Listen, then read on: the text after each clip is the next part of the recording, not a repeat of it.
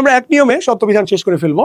একটি নিয়ম দ্বারা কি হবে, তোমার সত্যবিধানের যত সমস্যা, যত কনফিউশনে ভুগছো সারা জীবন, সেগুলো দূর হয়ে যাবে। কিভাবে দেখো, সরিয় সরিয়া ব্যতীত অন্য সকল স্বরধ্বনির পর যদি কোনো স আসে তবে সেটা মূর্ধন্য স হয়ে যায়। মানে কি ব্যাপারটা যে বলছি, তার মানে কি দেখো, তোমরা একটি বিষয় জানো, আমি গত ক্লাসেও বলেছি যে ব্যঞ্জন বর্ণ বা ব্যঞ্জন ধ্বনি কখনো নিজে নিজে উচ্চারিত হতে পারে না। তার উচ্চারণ হতে গেলে অবশ্যই কার প্রয়োজন? একটি স্বরের প্রয়োজন। যদি আমরা কোনো কার চিহ্ন না দেখতে পাই বা কোনো স্বর না দেখতে পাই, তার মানে সেখানে কি থাকে? সেখানে স্বরীয় থাকে। তো একটু খেয়াল করো, তাহলে আমার পরিষ্কার একটি বানান পরিষ্কার, তাহলে পরিষ্কার আমি যদি একটু খেয়াল করি, তাহলে প ধ্বনির সাথে এখানে কি আছে? এখানে স্বরীয় আছে, তাই নয় কি? কারণ প উচ্চারণ হতে গেলে তো প নিজে নিজে উচ্চারিত হতে পারবে না, একটা স্বরীয়। তারপর দেখো, তারপরে কি আছে? র আছে।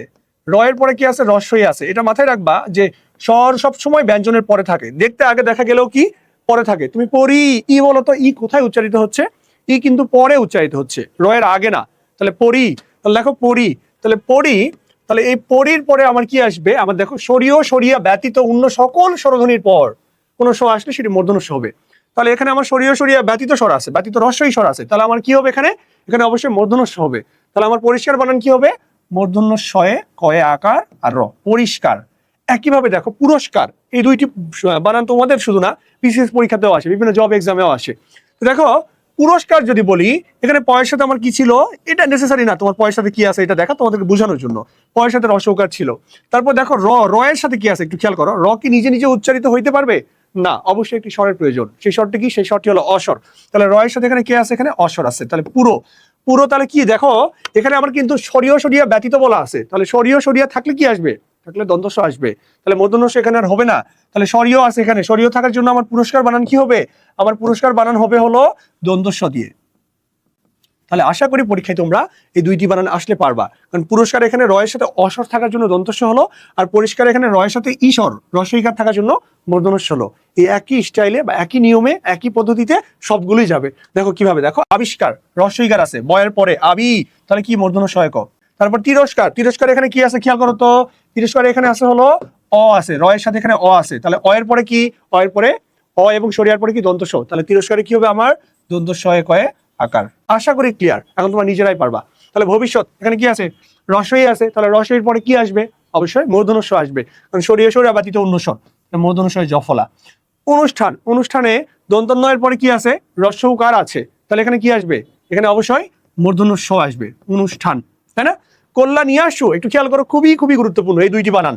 তোমাদের এখন না আসলেও অ্যাডমিশনে তোমরা যারা আর্টস কমার্স আছো, কোথাও না কোথাও তোমরা পাবাই কমন, ঠিক আছে? পাওয়ার কথা। দেখো কল্যাণিয়াসু একটু খেয়াল করো, এই এতদূর কি আছে এটা তোমার দেখার দরকার নেই, ঠিক আছে? আচ্ছা, ওই তোমাদের এই কল্যাণ বানানে তোমাদের আবার মনে হতে পারে যে ভাইয়া বাসার এখানে তো রি র স এই যে 7টি বর্ণ বলে তাদের কেউ নাই, তাহলে এখানে মূর্ধন্য হলো কেন? তোমাদের মনে থাকার কথা যে ছোটবেলায় তোমরা একটা কবিতা পড়ছো, হ্যাঁ, 9-10 যে বাংলা ব্যাকরণ বই ছিল, যে চাণক্য মাণিক্য গুণ বাণিজ্য লবণ মন বেণুবিনা কঙ্কন কণিকা কল্যাণ শুনিত মুনি, এরকম একটা কবিতা পড়ছো। ওই কবিতায় কিছু শব্দ ছিল যে শব্দগুলোতে মূর্ধন্য স্বভাবতই হয়, কোনো নিয়ম টিয়ম কিচ্ছু মানে না, এমনিতে মূর্ধন্য ন হয়, সরাসরি সংস্কৃত থেকে চলে আসছে। তো সেই কল্যাণের সেই কল্যাণ হলো এইটা, ঠিক আছে? এই জন্য মূর্ধন্য এখানে কোনো নিয়ম ছাড়াই হয়েছে, স্বভাবতই মূর্ধন্য হয়েছে। হ্যাঁ, তো তোমাদের বোর্ড পরীক্ষার জন্য এই কবিতা ছড়া মুখস্থ করতে হবে না, ভয়ের কিছু নাই।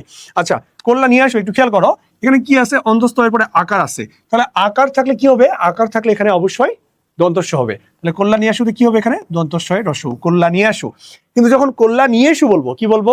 কল্যাণিয়েসু, তাহলে দেখো এখানে অন্তস্থ স্বরের সাথে কি আছে? এখানে এখানে এ আছে, তাহলে সরিয় সরিয়া ব্যতীত বা সরিয় সরিয়া ছাড়া অন্য স্বর আছে বা অন্য কার চিহ্ন আছে, তাহলে এখানে কি হবে? এখানে আমার হবে হলো কল্যাণিয়েসু মূর্ধন্য স রস্য। আশা করি ক্লিয়ার, আশা করি তোমাদের এটি ক্লিয়ার। একইভাবে আর অনেক শব্দ আছে, তোমরা নিজেরা এগুলো একটু ট্রাই করিও, ঠিক আছে? আমি তারপরে একটা সারি করে দিই। দেখো চক্ষুষ্মান, তাহলে এখানে কি? এখানে এরকম, হ্যাঁ, মূর্ধন্য হবে চক্ষুষ্মান। তারপর দেখো, তারপরে হলো অধিষ্ঠিত যদি বলি অধিষ্ঠিত, তারপরে বহিষ্কার যদি বলি বহিষ্কার, চতুষ্কোণ বললে চতুষ্কোণ, মূর্ধন্য স সবগুলোতেই, ঠিক আছে? অভিষেক রস্বইকারের পরে কি? মূর্ধন্য স। শ্রদ্ধাস্পদেশু একটু খেয়াল করো, এই বানানটি একটু খেয়াল করো, তোমাদেরকে এই বানানটি একটু আমি শিখাই। এখানে কি আছে দেখো তো? শ্রদ্ধা আকার আছে, কি আছে? আকার আছে, তাহলে আকারের পরে কি? আমার সরিয় বা সরিয়াসরের পরে কি? দ্বন্দ্বস্ব আসবে, কখনোই মূর্ধন্য নয়। তাহলে দেখো দ্বন্দ্বস্বয়ে প। আর দয়ে যে একার আছে, একারের পরে কি? সরিয় সরিয়া ব্যতীত অন্য যে কোনো স্বরের পরে কি? সেটি মূর্ধন্য স হয়ে যায়। তাহলে দয়ের সাথে আমার এখানে কি আছে? এখানে একার আছে, তাহলে সেই জন্য কি হয়ে যাবে? সেই জন্য এখানে হলো মূর্ধন্য স হয়ে যাবে। তাহলে দেখো একটি শব্দের মধ্যে কিন্তু দুইটি নিয়মই এখানে আমাদের প্রযোজ্য হলো, তাই না? আচ্ছা, একইভাবে প্রীতি ভাজনাশু আকার আছে, আকারের পর কি দন্তস্ব। তারপর দেখো জিজিবিষা, জিজিবিষা এখানে কি আছে রস্বইকার আছে আমার কি মূর্ধন্যস্বয় আকার। এগুলো আসলে খুবই সহজ, যদি টেকনিকটা তোমরা ধরতে পারো।